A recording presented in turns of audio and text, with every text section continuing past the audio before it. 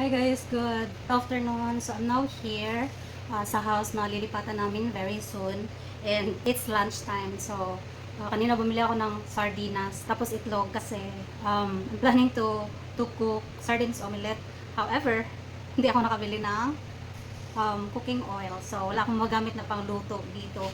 Kaya ito, kain tayo sardinas na hindi naman to hilaw kasi dilata to eh. Pwedeng kainin na talaga to pero yan. Instead na sardines omelette yung uulamin natin, ito na lang ang uulamin natin. And then nilagyan ko lang to ng kaunting asin para may dagdag flavor. Ganun. So ayan, kain tayo ng hilaw na sardinas. Hindi naman to hilaw. Tapos meron ako dito seafood cup noodles. Sobrang init ng panahon pero nag-cup noodles ako para may kaunting sabaw. So, yeah, let's eat. Kain muna tayo bago tayo sasabak sa mga lilinisin ko dito sa bahay. Daming kanin, no? Pero, rice is life. So, yeah, let's eat. Kain tayo. Masarap din naman tong sardinas, guys. Nung bata kami parang luxury na sa amin na makakain ng sardinas. I mean, makapag-ulam ng sardinas kasi dati nasa, I think, 16, 17 lang ang price ng isang sardinas pero parang sobrang mahal pa din siya sa amin. Hindi kami makakabili. Kaya, kung may sardinas, parang ang sarap na ng ulam. Yum! Yummy!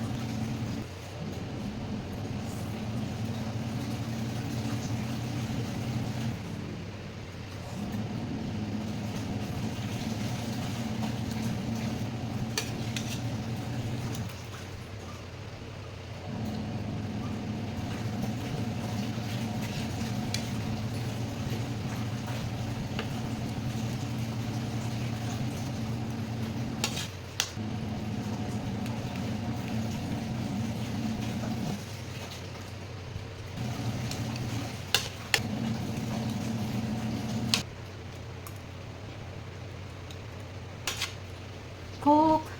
Mapawala sa umay. Mm. Mm.